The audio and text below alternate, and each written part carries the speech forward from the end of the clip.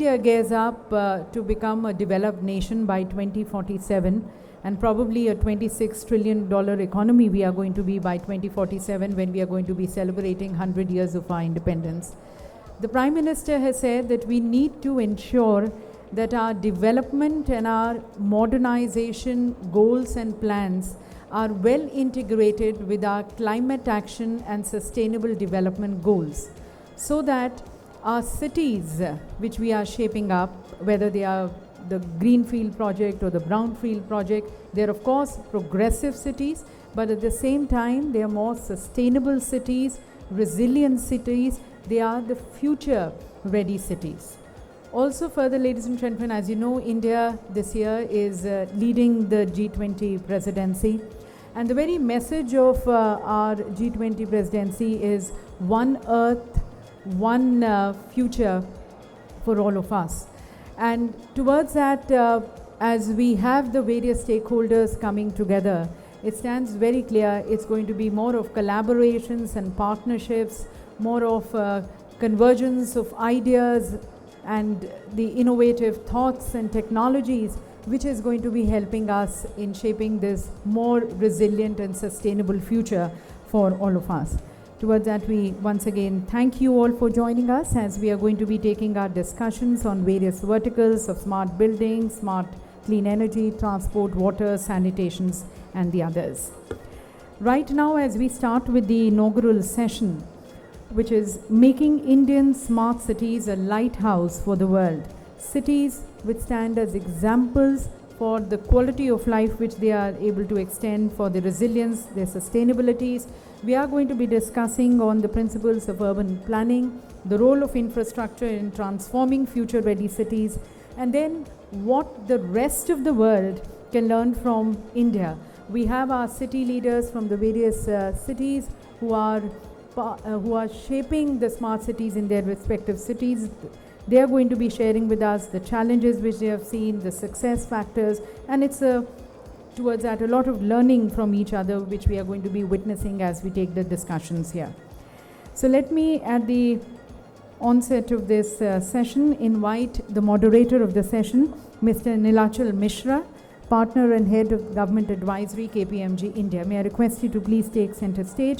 He has more than 20 years of extensive experience in leading transformation, strategy formulation, complex change management, process re-engineering, quality assurance, capacity building programs at the national scale across sectors. And then he is currently leading teams to support key national priorities in water, sanitation and hygiene, universal health coverage, skill development, digital infrastructure, among others. We have our panelist inviting Dr. Sanjay Kolte, the CEO and Executive Director, Pune Smart City Development Corporation Limited. He's going to be joining us. He's, ladies and gentlemen, driving the smart city mission in the city of Pune. We have Ms. Charmie Parekh, the CEO of Silvassa Smart City Limited. The city of Silvassa, ladies and gentlemen, has set its vision under her leadership for smart city as a vibrant growth center that offers an optimal balance between industrial prosperity and quality of life while promoting its rich tribal heritage. Inviting now Mr. Divyank Singh, CEO of the Indore Smart City Development Limited. He has been actively working on increasing the sustainability of the Indore Smart City Development Limited SPV, and has been actively involved in the implementation of the new and innovative projects across all areas mandated for the Smart City SPV under the Smart Cities Mission Guidelines. Must I mention here, Indore has been adjudged as the cleanest city, I think now almost for 7-8 years consecutively it has been. Inviting our next speaker, Mr. Abhishek Chaudhary, the Vice President Corporate Affairs and HR and Company Secretary, NICDC Limited. That's the National Industrial Corridor Development Program. This, ladies and gentlemen, is India's most ambitious infrastructure program aiming to develop futuristic industrial cities in India. Abhishek brings in more than 20 years of experience, having worked with the state's central government on policy formulation. He has been associated with NICDC since its inception, leading the corporate affairs, strategy, legal and secretarial functions. We're also going to be in the session, as I mentioned earlier, joined by Shri Kunal Kumar. He's the Joint Secretary and the Mission Director of Smart Cities Mission, Government of India. He's going to be delivering his keynote address. We are expecting him round about 11:30 as he joins. And Dr. Sanjay Kolte is also going to be joining us, the panelist of the session. With that, I hand over to our moderator, Mr. Nilachal Mishra, for the proceedings of the session. Thank you. Hi, good morning, everyone. It's a pleasure and honor for me to be moderating this session with our esteemed panel members. Today's our topic here is how do we make the India's smart cities as a lighthouse for the world. Just to set up a context, in 2015, India had launched the smart city mission with around 100 cities identified through a proposal and a strict evaluation process. These 100 cities are under different stages of implementation right now. Now, if I look at some of the numbers, the total projects which has been actually initiated and planned was 7,800 projects amounting to almost 1.8 lakh crores of rupees, which was budgeted to implement it. Currently, we have around 2,380 projects with almost 77,300 crores, which has been already undergoing the implementation. Such is a large scale of implementation under the smart cities which is happening currently. Now, the overall philosophy of the smart cities has been how do we bring in livability of the people in terms of education, health, solid waste management, and all other social parameters. Secondly, it is about the economic ability, improving the livelihood, jobs, facilities everywhere. Finally, it was sustainability. How do we sustain some of this project through private participation and ensure there is a return on the investment which we are doing.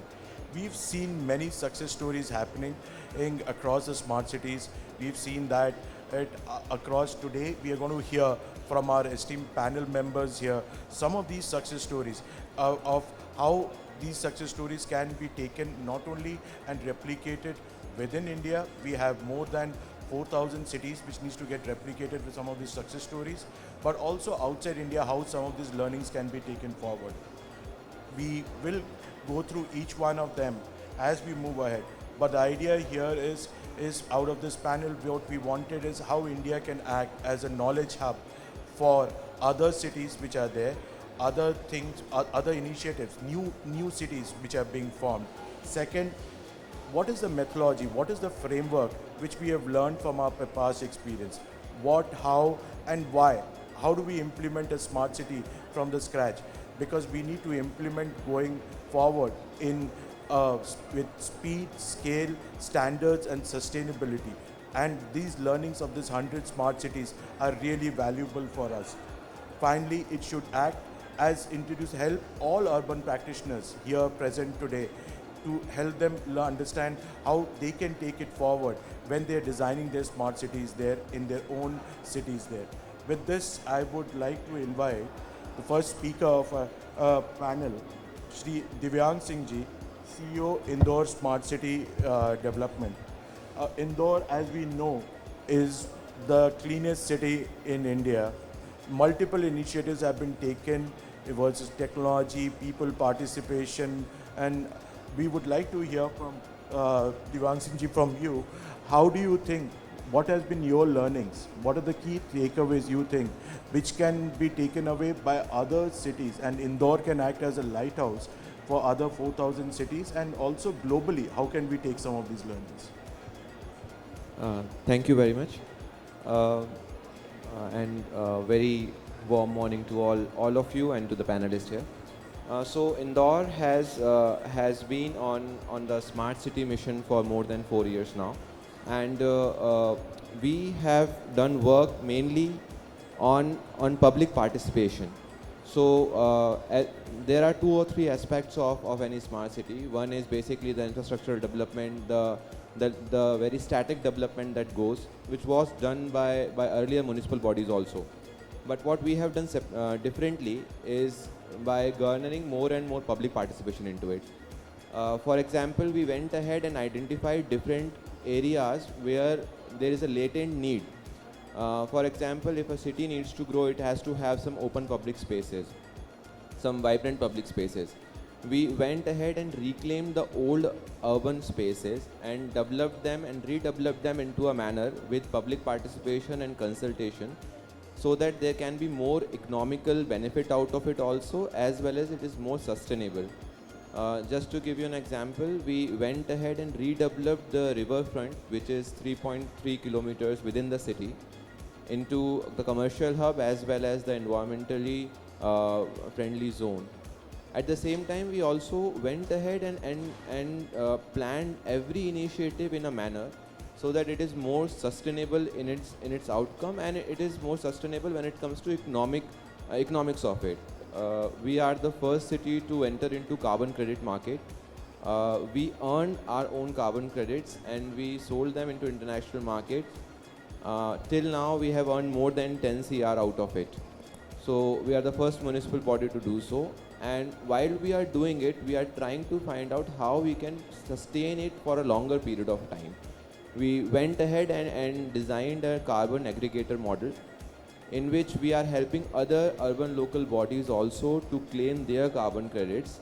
And once we help them to claim carbon credits, we get a share of revenue out of it also. Because we know that the carbon credit market is basically new, and when we have developed an expertise, we would help other urban local bodies to do so. Till now, we have actually generated more than 4.5 lakh carbon credits with us. We are just waiting for the market to sell them. At the same time, we went ahead and decided that we need to venture into different fields, into different fields to actually get more and more finances. So we entered into the field of green bonds. So Indore became the first municipal body to raise public issue of green bonds, and with the retail investors coming in. So other cities and Indore also previously went ahead with private placements of bond, and few players will come and pitch in their money. But for the first time, these bonds were open for public participation, and it was a public issue. So retailers actually put in their money. So a lot of goodwill of city also went into it. We wanted to actually generate 244 CR through market, through retail investors, and through our surprise, it was oversubscribed, and we actually generated more than 771 CR out of public participation. People directly put in their money into green bonds. We listed it also into Bombay Stock Exchange, and we became the first municipal body to do so. So the crux was more or less how we can involve public into all the different aspects of planning, execution, as well as sustainability. Because the future of city will only be secure and will only be more and more fruitful if the citizens are involved into it. To give you an example, we are now moving ahead in making Indore a solar city also. And by the calculation, we came up to the point that if we have to substitute the electricity need of Indore, which is around 590 megawatt at peak, we would be needing an input of more than 2,500 CR in terms of solar panels, in terms of expertise, in terms of handholding. And that cannot be done only by the help of grants or by the help of revenue or traditional method of revenues. So we have to have more and more public participation, and once it is there is a sense of ownership that develops. So that's the basic crux of how we went ahead with multiple projects that we had. We took public consultations, we took public participation, and we forged a way in which it is more and more sustainable and more and more replicable in a manner, and can be replicated by others also. Thank you, Divyank. I think some of the good learnings which have come out from here, I think the carbon credit story which is there, which needs to be looked at in other cities, how it can be actually taken up and implemented. Green bonds, the way to go. And we've been talking about green cities, how do we implement it? I think green bonds is something really important for all of us to look at it. finally this as a Indore to be coming up. I know Indore always come up with new and innovative models. Solar city to be known across India. It's a great initiative. We'll come back to you, Divyank, after I just have other questions for other panel members. Shrimati Charmie Parekh ji, I know the city of Silvassa, multiple initiative has been done, and the city has a unique feature of industrial and tribal heritage there. And with this unique objective, how do you think, what are your learnings of how you've gone ahead and implementing some of the solutions? Good morning all. As you very rightly pointed out, Silvassa has the convergence of tribal population as well as industrial crowd. So it's a fairly new city. It was a very small town, and because of some tax breaks given by Government of India and some benefits given by Government of India in terms of electricity, many industries came up, and that's how the city of Silvassa came into being. So Silvassa has a fairly small population also of somewhere around 2.5 lakh citizens in the city limits. So we do not have a full-fledged corporation. We have a small municipal council. And when Silvassa got awarded the smart city as a part of UT also, it was a good initiative, and it was a good opportunity for Silvassa to take it to the next level. So for Silvassa, the basic principle has been to take a step forward. So Smart City Mission has some mandated projects. We have to implement some projects for civil infrastructure, some projects in mobility, some projects in waste management. So if I take example of these projects, if I talk about mobility, Silvassa Smart City has provided 100% public transportation through e-buses, the electronic buses. Now taking it step further, if I talk about mobility more, we also started with our Cycle to Work campaign. That means that every citizen who's going to work, every person, every employee who's going to that industry, why not push them, why not motivate them to take cycles to their workplaces? Although Bangalore was the first one who did wonderfully well in Cycle to Work campaign, but Smart City Mission gave us an opportunity to be a pilot city. And I can gladly say that Silvassa has been a lighthouse for other cities in implementing this project. As such, the 100 smart cities that were selected by Government of India to be smart cities will be lighthouse for other 4,000 cities in India. And I would like to share my recent experience. I had an opportunity to visit Denmark, and we definitely learned from the developed country, that is Denmark, and their initiative, how municipal bodies are doing, what all projects they have taken up. But I also had the opportunity to share 21 days, share our experiences for 21 days with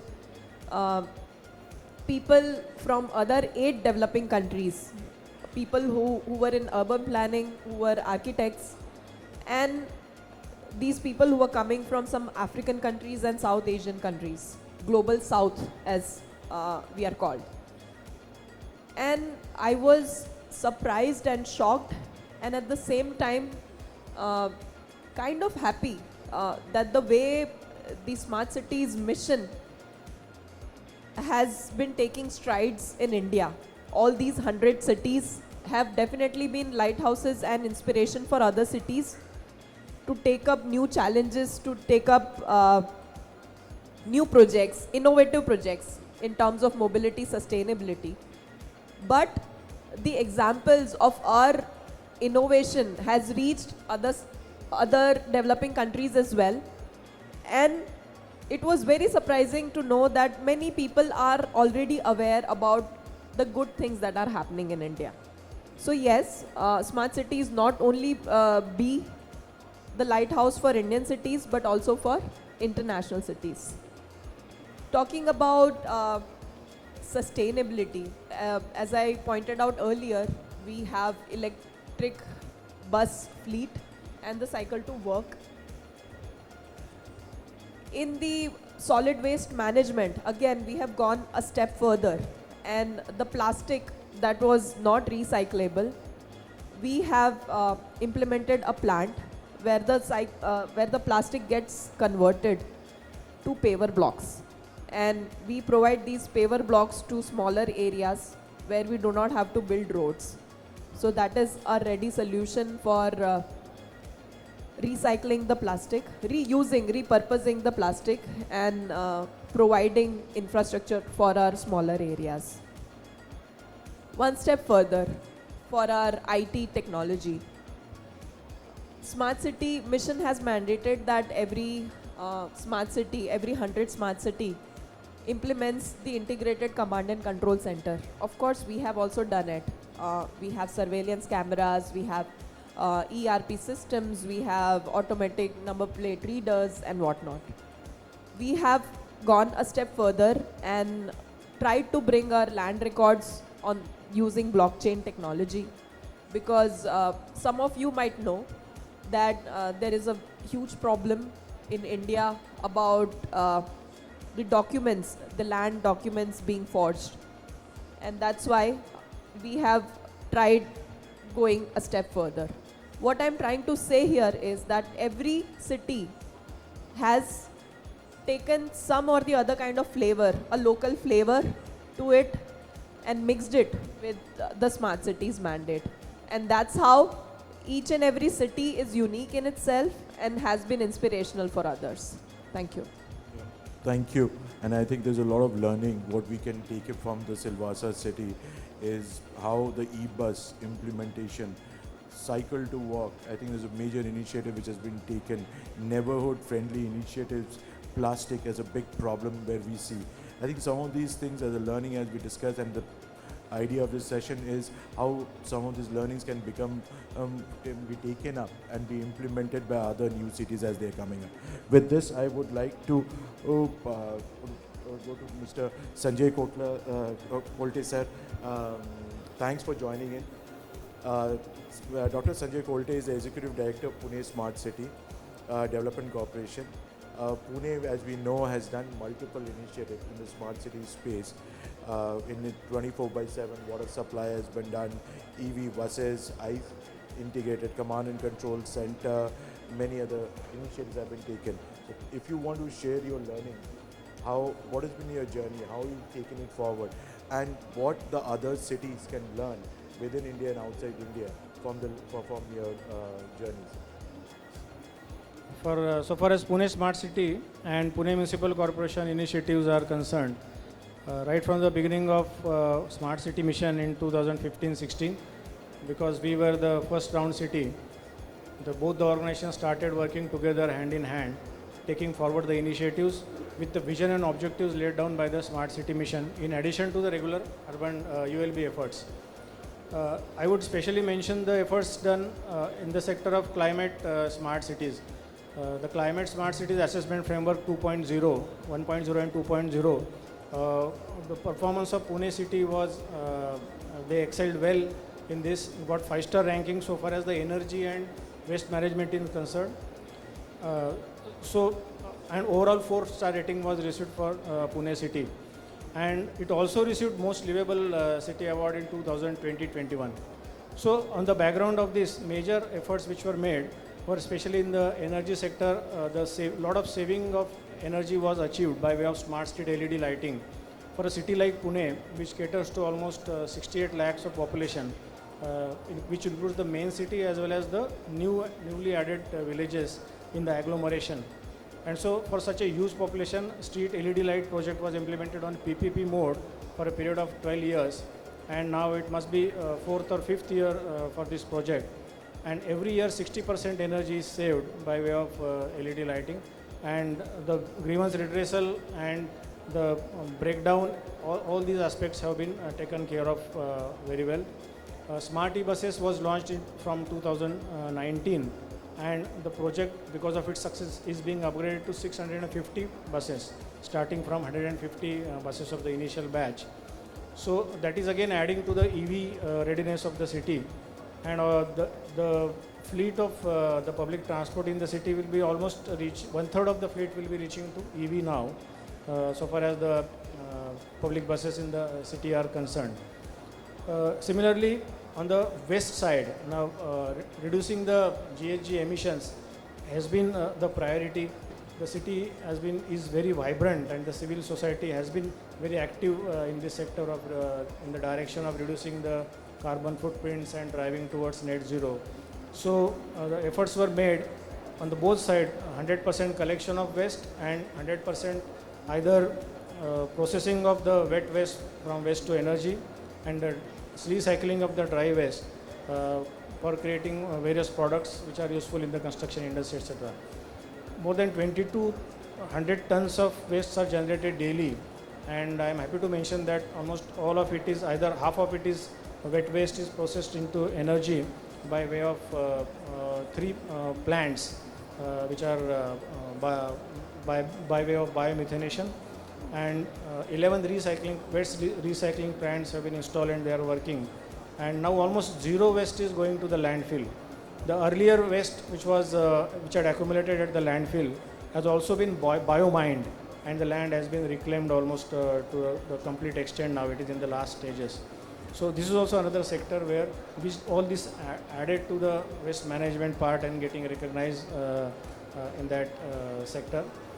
On the livability side, at the same time, we have done a lot so far as the pedestrian experience is concerned, the mobility part, mobility experience of the citizens in the city is concerned.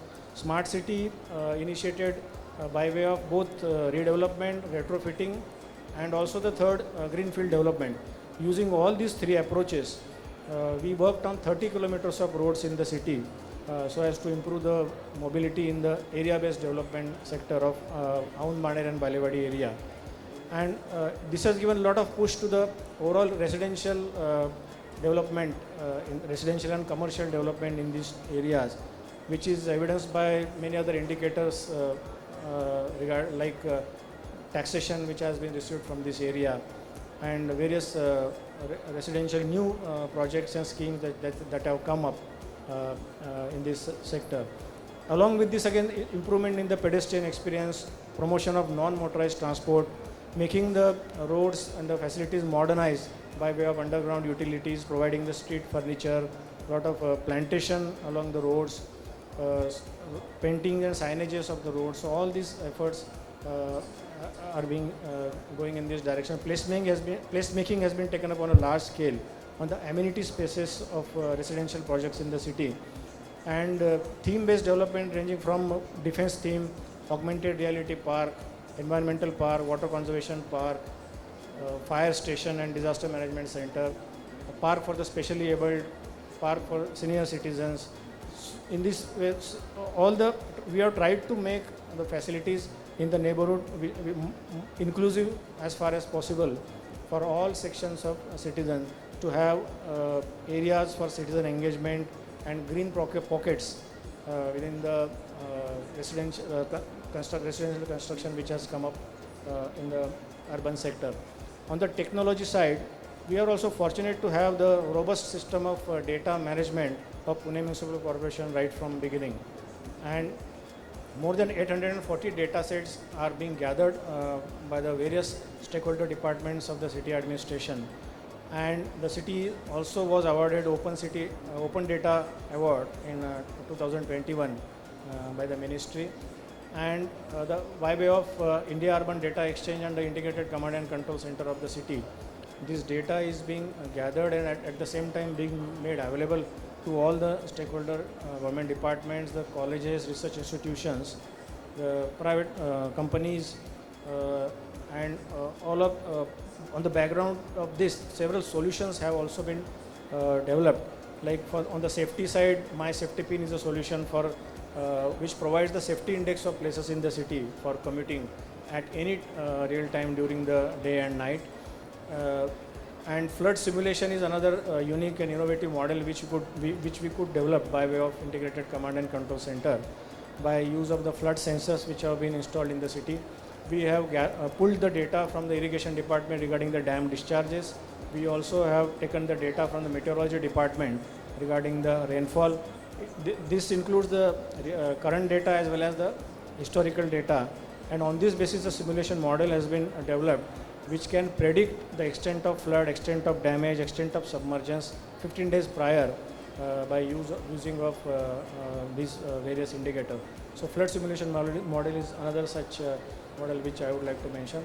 On the background of this, on the health side again, on the telemedicine side, we have developed facilities like Arogya Dheer, E-Sai Clinic on the background, which were mostly very useful during the pandemic period.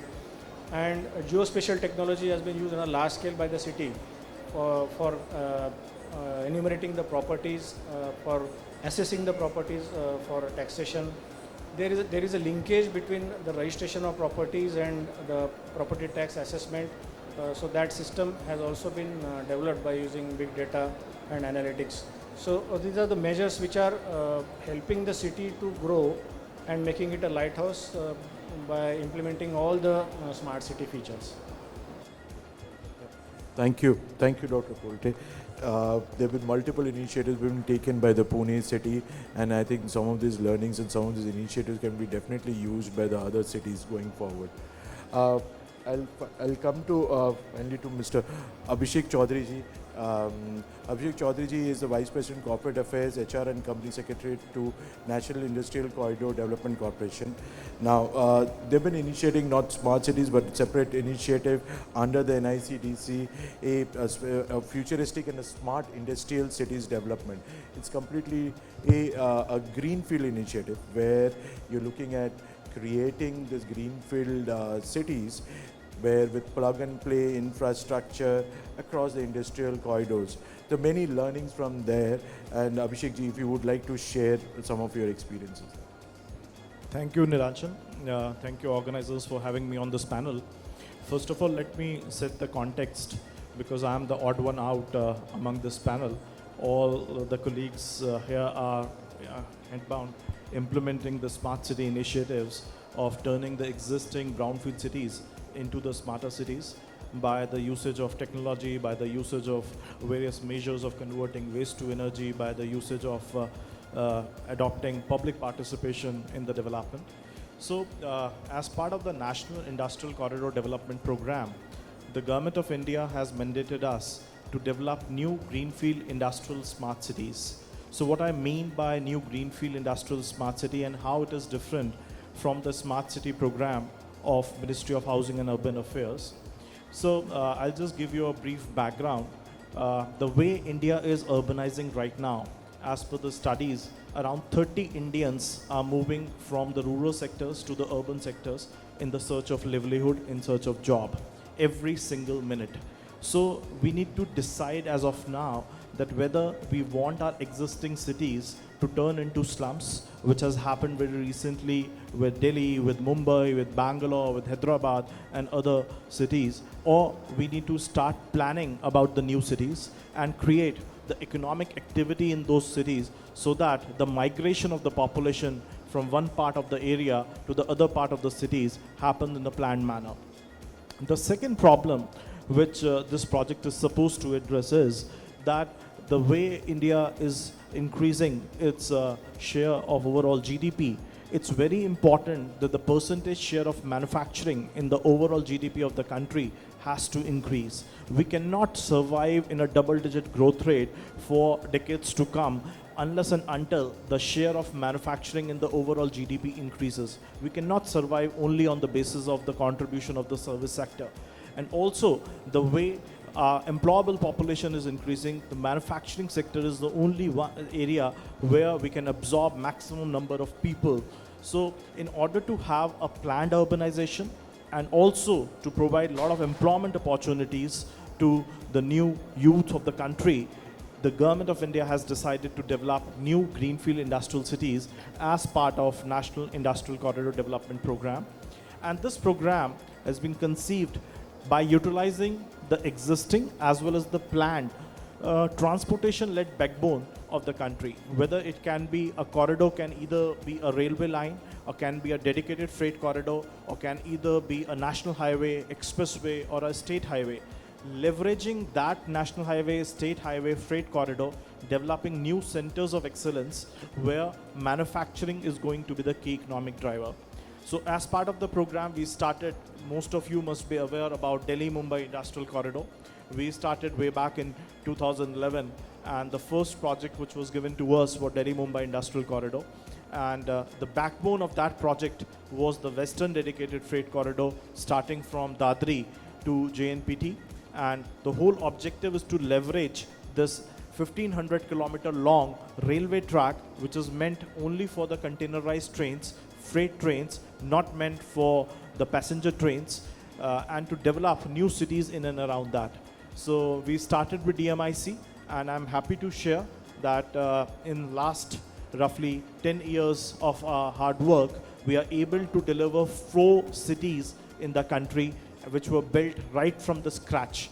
So starting with identification of the land parcel to master planning of these cities, taking environment clearance, doing engineering, implementing trunk infrastructure, which includes roads, underground utilities, CTP, STP, command and control center, laying down the complete optic fiber network, ICT, everything we have completed in the past 10 years. And we are on the state where we have started the allotment of the land parcels for industries per se in the initial phases. And thereafter, we will be allotting land parcels for residential, commercial, institutional users. So far, the gestation is very, very less, because the companies to whom the land is being allotted are able to start the commercial production within 12 months from the date of the land allotment.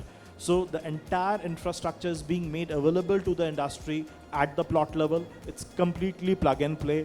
It saves a lot of amount for the industries who has to incur earlier amount in terms of employing a lot of capex for treatment and for discharge of their waste. And these cities are Dholera in Gujarat, we have Shendra Bitkin in Maharashtra, we have Vikram Udyog Puri in Madhya Pradesh, and last but not the least, integrated township project in Greater Noida. Now we have started construction at a city in Karnataka, which is Tumkuru. We are on the verge of selecting the contractor for a city in Krishnapatnam, which is in Andhra Pradesh. And that's how the work is progressing well.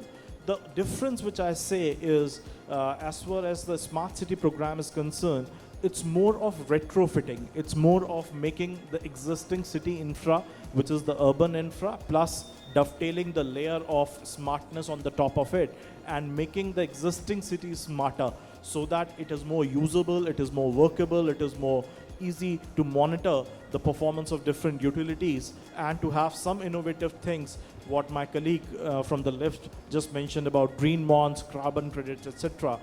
In our case, because the slate was clean, we have to design the cities from scratch. So that's why it's not retrofitting, but building the city from ground up. And these city utilities which we have developed as part of the Industrial Corridor program are being done for looking at least 40 to 50 years of horizon. Everything is underground. The only utility which you see above the ground is the street light. It's fully serviceable ducts wherein a people of my height or a golf cart can easily go, repair, maintain, and it's been done considering a time horizon of 40 to 50 years from now. So that's how the smart city development under Industrial Corridor program is being taken forward. Thank you. Thank you, Abhishek ji. If I go back to Divyank Singh ji, if I may ask you this question, we understand that in smart cities, technology plays a critical role. But what are your thoughts? I mean, we've heard a lot of in Indore about the community involvement in order for successful implementation of some of the solutions. How have you been able to motivate the community in order to support in this entire transformation? So, part of this question can be answered in terms of how we plan and go about it. So, just to give you an idea, Indore has been pioneer in many fields. We are the first and only 7-star city in India.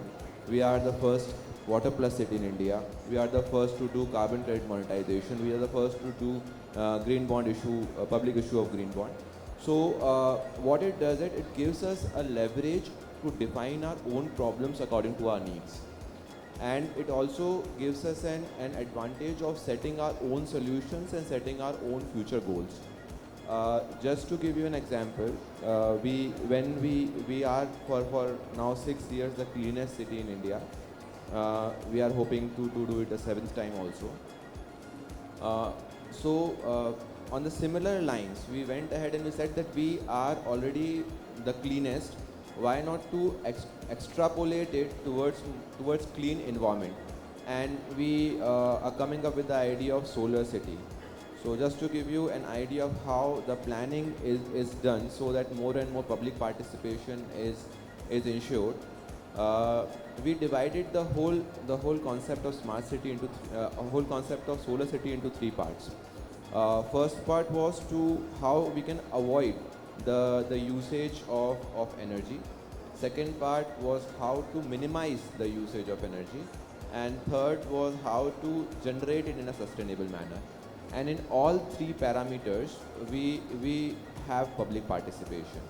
So to avoid, we actually are in a process of generating a calendar of a year. We have set the deadline that within an year we will be reducing our or replacing our energy need with renewable energy. In 3 years, we have set a goal of 150 megawatts, and we are coming up with the new ideas how we can actually put it into mind of public and to bring it into public perception.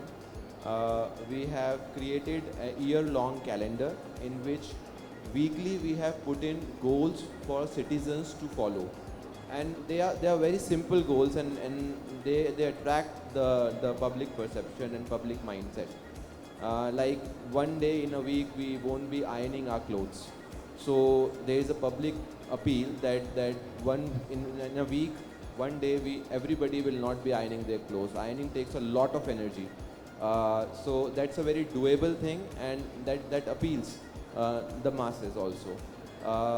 We said that in 1 week we won't be, for 1 hour we won't be using our air conditioners. So that's a kind of how it impacts the public psyche and how it brings in more and more people. We have competition within the wards that how much energy they are saving, and it's very much quantifiable and very much we can actually find out which ward is the best. So it promotes healthy competition. When it comes to how to minimize it, we came up with an idea that a ward, we will be coming up with an application in Indore 311, which is an application for Indoris, in which all the municipal services are provided. There is a tab on which we can go ahead and fill in our energy details, and we will get the suggestions of how we can go about with efficient use of appliances. If you are having 3-star appliance, you can upgrade to 5-star, and shows how much savings you are making. So that ways, if more and more efficiency can be put in, and the citizen as well as the ward is ranked accordingly. At the same time, this was a part of minimization, and when it comes to generation of energy, in the same app we are providing a platform in which a particular citizen can go, put in their energy needs, and it will calculate how much amount of kilowatt, how much amount of panels are needed in your house. Because if we want to substitute 150 megawatts of energy in 1 year, it won't be possible by directly putting in solar power plants. So retail participation is the key to it. So the application will give you an idea of how many kilowatts you need, how many solar panels you need, and it also provides you an opportunity to directly select the vendor also. So you can directly select the vendor and place your order directly from that app. So one-stop solution for generation. So in all the aspects of how we are going ahead in making our plan work, we involve citizens in a manner so that they feel the ownership of it also. Thank you. Sure. Thank you, Divyank ji. Charmie ji, if I may ask this question, what do you think from the city perspective? What is the importance of a private sector participation for the sustainability of the city, and what has the role been played by them? Very valid question. And as we move forward in implementing all the projects and initiatives, I believe if we do not have the involvement of public and private individuals also, in our case, the involvement of industries as well, it would not be possible for us to implement these initiatives. Talking about Silvassa, as I said, it's an industrial town, and for our Cycle to Work program, we got the involvement of the employees of these industries. And for our placemaking marathons and for our placemaking initiatives, we got the help of these employers. So we have some flyovers coming up, and the industries and the private individuals came forward that we want to develop these spaces as spaces where people can come together, have some fun time, can have some fun activities. And there are 4 flyover spaces which are being exclusively developed by these private individuals, where we'll have boxing rings under the flyover space, we'll have basketball rings under the flyover space. So that is just one example. Earlier I gave the example of our e-buses. So there is a citizen group that came forward that at times we face an issue that we do not know exactly what time the bus is going to come to that particular stop. So these people, many of them were engineers, and they said that we can develop a chatbot for you where people can just send a query on WhatsApp and they will know when their bus is expected. So this is how people have also started coming in and have embraced the initiative of the smart city. And I would also like to say that they are helping us in taking it forward. Another project of ours, which is involved, which is related to solid and liquid waste management as well as the river conservation program. So the industries around that area, around that river, as well as the youth of that area, they came forward and they said that we want to clean this up. All we need is some support from government. So we kind of see that paradigm shift is happening where everywhere government or the municipal body is not expected to do things. It is just the support or the backbone of the government also helps. And that's how I believe the involvement of private and citizens is very much important. Thank you. Yeah, thank you, Charmie. Dr. Kolte, you mentioned a lot of initiatives which has been done by the Pune Smart City during implementation. If you could just take up one or two and say how this can be replicated in other cities, and also it can be taken to globally, if just a couple of initiatives which you want to highlight. As I said, street lights is such a project which is on a PPP mode and usually successful so far as the energy saving is concerned. And it also added to the safety of the city. The grievance redressal has been very efficient, and there is a centralized control of complete the street lighting system from a single place, that is at the integrated command and control center. So projects with public-private participation, projects like this can be a very great example to be implemented not only in the lights, street lighting sector, but this model may be replicated in any other service, any other urban service for that matter. On the e-buses side, again, there is a convergence between the Smart City Corporation, the Transport Corporation, that is PMPML of Pune City, and the central government program.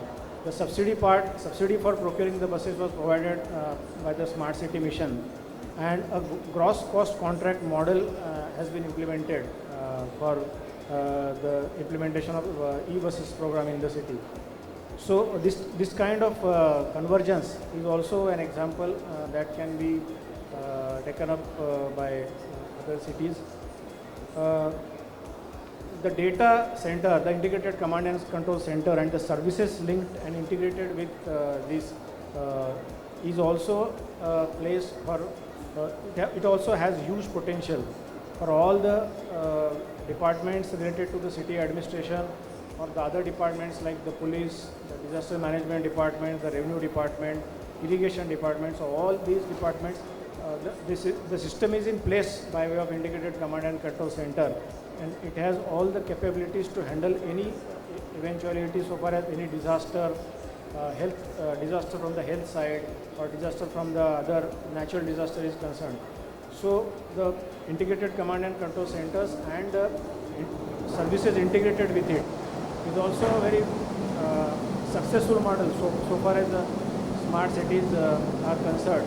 And in Pune for the last 3 years, we have observed that the ICCC has been very instrumental in coordinating during the moment of disaster management. So because of this technology-driven solution which is in place in all the 100 smart cities, it has a huge potential to be replicated in all other cities and other tier 2, tier 3 cities also. Thank you, Dr. Kolte. Finally, Abhishek ji, there's been a question on PM Gati Shakti and the multimodal connectivity and the work which has been done around unified logistic interface platform.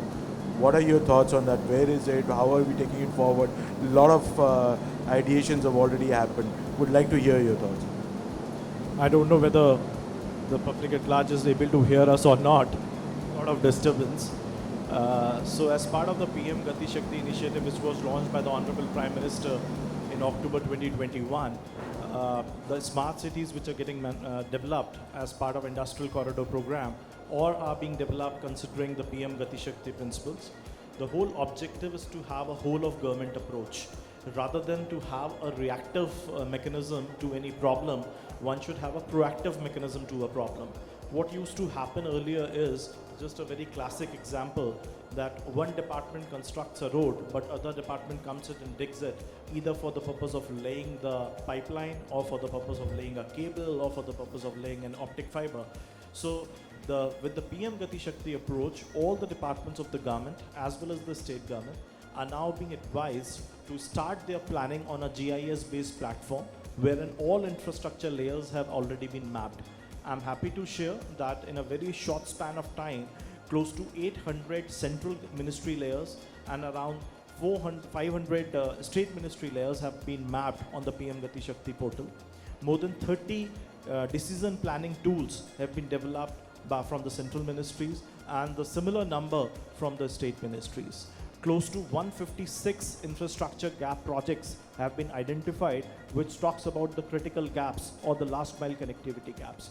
What used to happen earlier, any state or any area used to have an industrial park or economic zone, whether it can be a textile park or ESDM cluster or other manufacturing area. And then we used to approach to the government for providing the last mile connectivity of road or railway and a connection to the nearest national highway or a railhead. With PM Gati Shakti, the whole planning exercise, which used to earlier take close to 2 years for preparing a DPR, will get changed to 6 months, because every single infrastructure layer is now available on the PM Gati Shakti portal.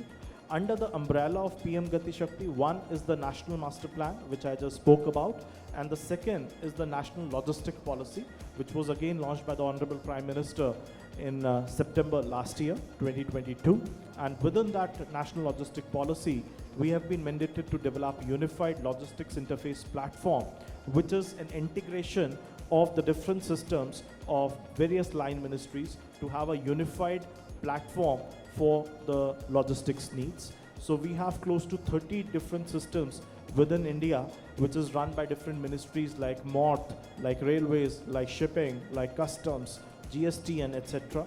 And what we have done under ULIP is we have integrated all these systems at the back end by way of developing an API. I'm happy to share that close to 33 systems of 7 ministries have already been integrated by covering around 1600 odd fields by developing more than 106 APIs.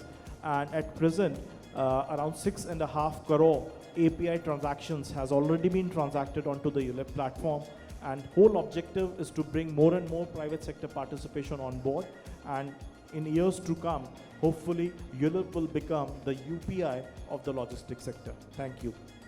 Thank you, Abhishek ji, and I would like to thank all the panel members for a great enriching experience sharing. With this, we are honored to have Shri Kunal Kumar ji, Joint Secretary, Ministry of Housing and Urban Affairs, Mission Director, Smart Cities Limited. Shri Kunal Kumar ji, request you to give the keynote address for today, please.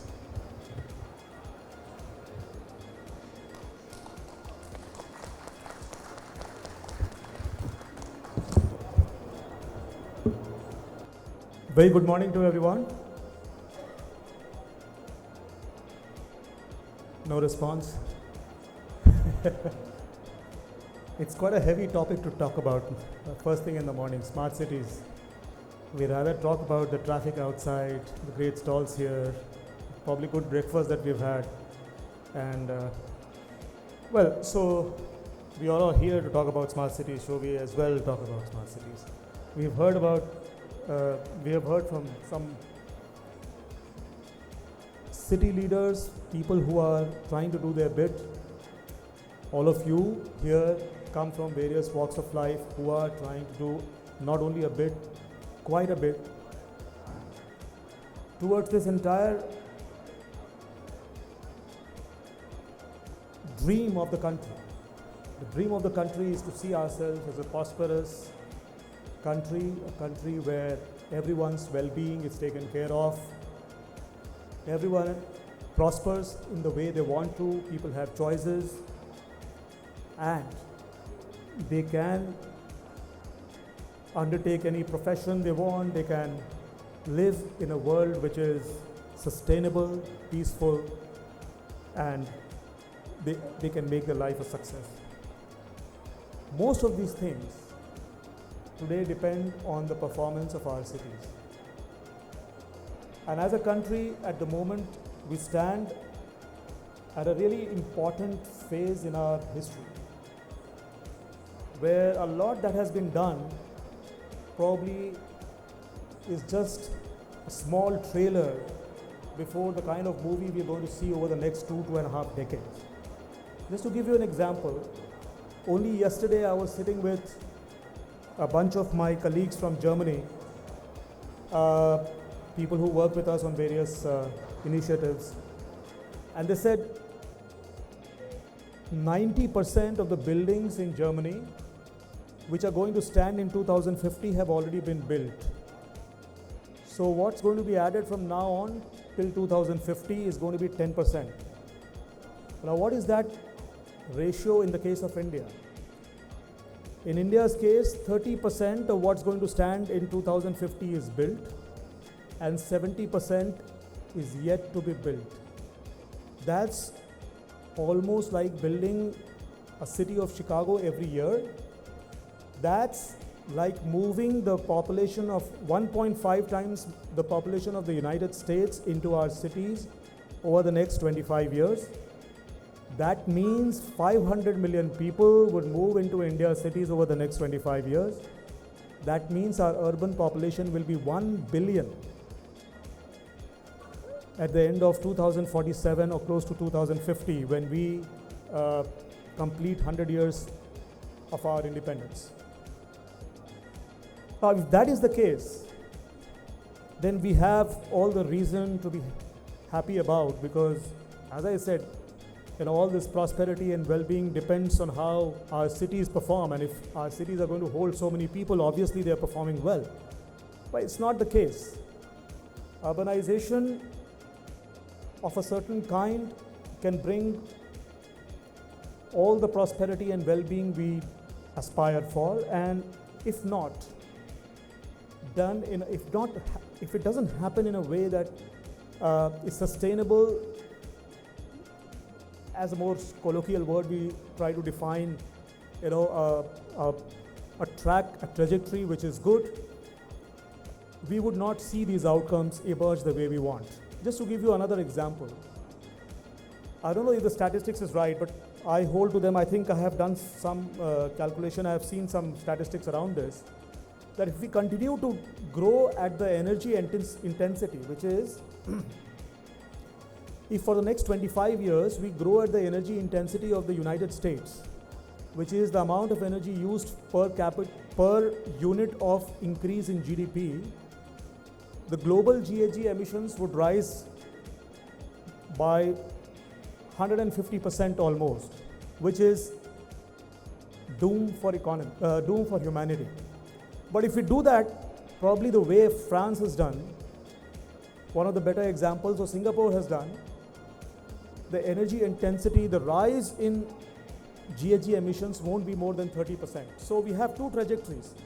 One which can take us to 2.5 times of GHG emissions of the current, the other which can just take it incrementally by 30%, and that gives you the same amount of GDP that you aspire for in 2047. By the way, what we are looking at is at a GDP of $32 trillion by 2047. And as our Honorable Prime Minister has spoken at the Independence Day address, as well as later, we are all geared up and we are all as a country looking forward to join the club of developed nations by 2047, 2.5 decades from now. Now, we are standing on a stage which is called the Smart Cities Mission and Smart Cities Expo. We're talking about smart cities. Now, I'll just have a small sort of a joke around smart cities. I'll just to start this conversation. When Robert Cook and his gang from England arrived at Australia, they found a very weird animal. They have not seen this animal before. They have landed in Australia. First time anybody has landed in Australia. They see an animal with a huge neck and etc., the kangaroo, and they're amazed. And they see the Aboriginals and they ask them, what is this animal? The Aboriginals do reply, kangaroo, kangaroo. And they, the Robert Cook and his gang take it to mean that that animal is called kangaroo. Whereas all that the tribals and all that those Aboriginals were saying is, we don't understand what you're saying. So they wanted to say, I don't know what you're saying, and Robert Cook and his gang named that animal kangaroo. Well, this is a story, I believe. It's not either fact or fiction. It seems fun. The point is, I don't know how the smart cities bandwagon started. It actually started with the technology companies trying to push this agenda into the government. However, all governments across the world have taken the smart cities agenda in a very different way. Seen in the background of what I talked about, India's prerogatives and India's compulsions and India's aspirations over the next 25 years, our definition of smart cities has to be in tune with what our country needs. Similarly, other countries across the world have to figure out what their kangaroo is all about. Ultimately, if I see a lot of the Western countries, I visit a lot of the European countries, I visit a lot of the continent in North America, and there, essentially, it's a one-line definition. The definition is, how do you use technology to improve lives of citizens? And cities using technology and using digital technology and Wi-Fi and emerging technologies, AI, ML, etc., for transport, water, etc., energy, and that's smart cities. But in our case, smart cities has been very different, and that's been the beauty of the Indian smart cities evolution. That as in 2015, the government took on the business of talking about smart cities and developing smart cities, it did not really define what a smart city is. It left that definition to the local stakeholders. So every city has gone about defining its smart cities business, and gradually we have seen a multi-layered sort of definition. Something which works is smart. Like, for example, if a city is to fix water supply, that is smart for that city. If a city has to fix public transport, fixing that is smart for the city. May or may not need technology. Now, from there, from 2015 to now, we've come to a stage where 100 cities over the last 5-7 years have experimented a lot, and today we stand at a very important phase in this mission where over the next 1 year, this next 1 year from now on till let's say March 2024, almost all the projects and all the initiatives that were begun, the first phase of them will start to get over. And close to around $25 billion of investment would have actually been successfully deployed in cities over the next 1 year. As we speak today, about $12 billion of work has already been completed, and the rest of the $8 and $10 billion work which is already going on will be completed. So we will see quite a lot of things which are there on ground. Now we may have a debate on whether this work which has been done should have been done this way or should have been something else would have been done. But the fact of life is that if you have a big effort to make over the next 2.5 decades, this exploratory phase, this phase when cities have come forward and brought together all their stakeholders and got into messy negotiations and dealt with all kinds of aspirations and needs and brought out some projects and have actually successfully implemented them. This has created a lot of muscle in the Indian urban ecosystem to take on the challenges of the next 25 years. So I think beyond the projects, beyond the initiatives, what success for the mission means is to be able to create that muscle, to confidently say that yes, we are ready for the next 25 years. And what is it going to entail in the next 25 years? Today, what we spend, look, today we stand at an urban population of close to around 54% worldwide. Over the last 200 years, 1750 to 1950, not over the last 200 years, but 1750 to 1950, if my data serves me right, close to 200 million people moved into cities across the world.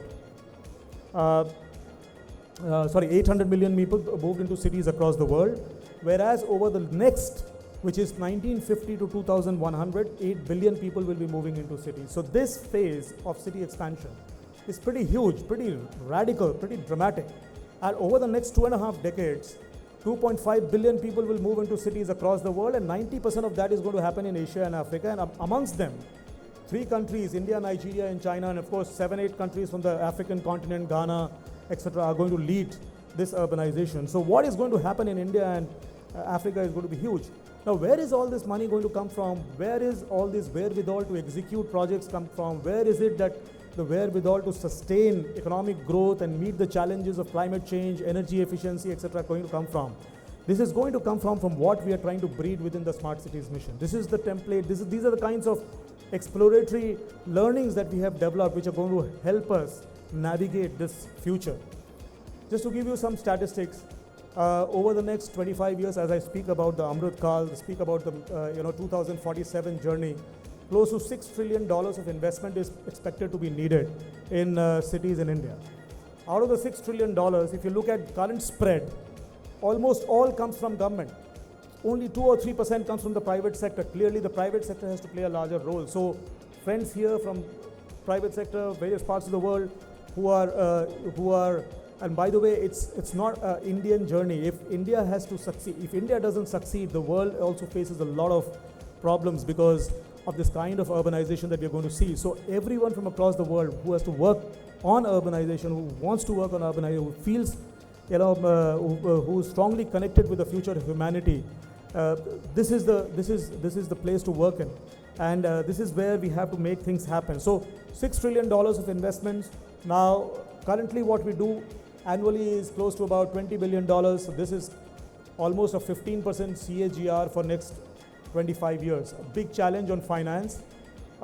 Beyond finance, of course, the challenge is going to be on execution capabilities. How do we get the capacity within our cities? This is something that all of us have a take on, that if you see something which is not functioning, we have a capacity argument that, capacity is not there and this is there and this is not there.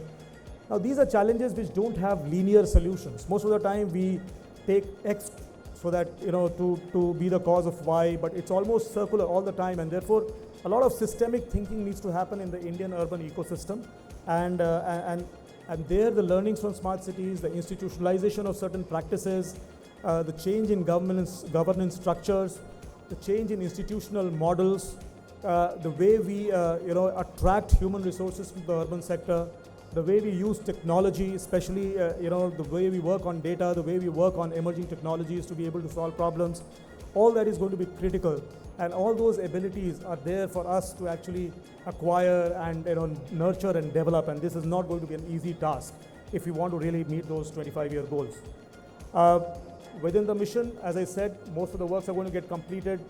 And this is again, to just give you some idea of what's going to happen after There will be a full-fledged intervention as far as digital technologies goes in cities, and we would be probably launching a new program very soon where across all the 5,000 cities of the country, we would look at deepening the use of technology, emerging technologies, e-governance, and decision support systems to improve governance. So that's one big area of work where a lot of friends and partners from across the world would be required.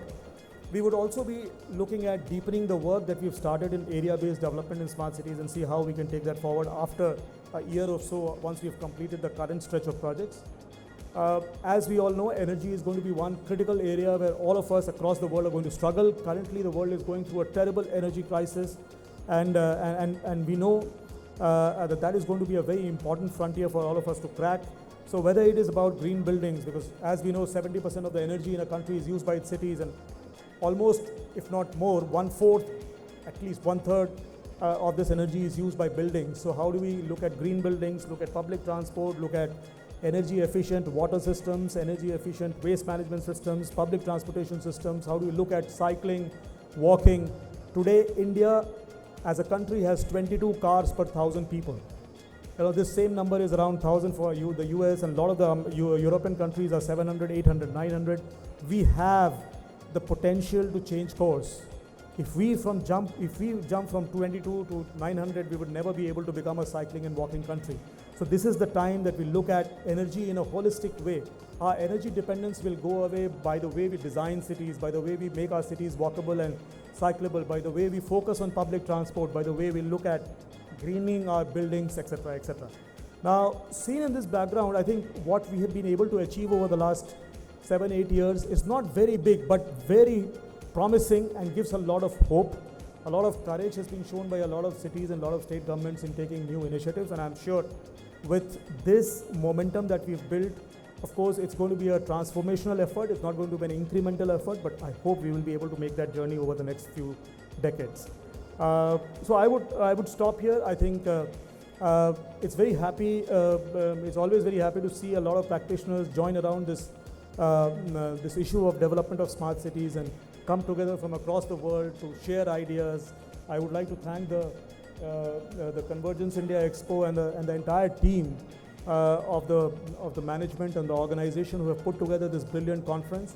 All of you who have come from various parts of the country and the world, for having come together to show your concern, to show your willingness to contribute, to participate. That's such a nice thing to see, and that is what gives hope for the future. A daunting task lies ahead of us, but I'm sure with this collaborative effort and just by the virtue that we just cannot ignore what's going to happen in India in the urban sector over the next 25 years. I think we should be able to build a lot of good partnerships and take the right decisions so that we are able to, as a country, achieve the goals that we aspire to. Thank you so much. Thank you, Kunalji, for taking us through the progress which India has seen in terms of building its smart cities since the time this project was first launched in 2015. The further vision which we have towards making our cities more sustainable and resilient, more energy efficient, more environmental friendly, and more people-centric cities. Thank you. So with that, as we close the session, I would like to invite Ms. Chandrika Behel, the Managing Director of Exhibitions India Group, to kindly present the mementos. May I once again request Mr. Kunal Kumar to kindly join us here on the dais. A special token of our gratitude, appreciation to you for joining us here as a keynote speaker.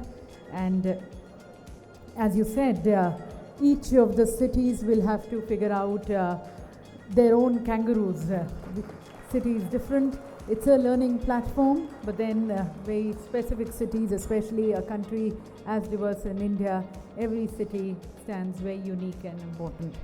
Thank you to our other speakers also, thanking Dr. Sanjay Kolte.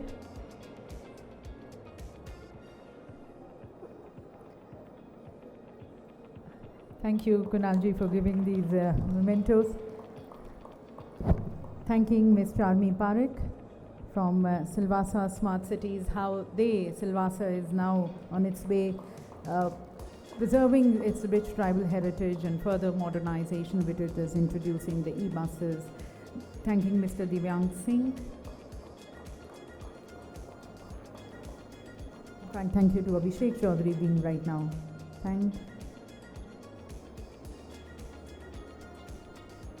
Thank you to Mr. Sanjay Kolte. And to our moderator, Mr. Nilachal Mishra.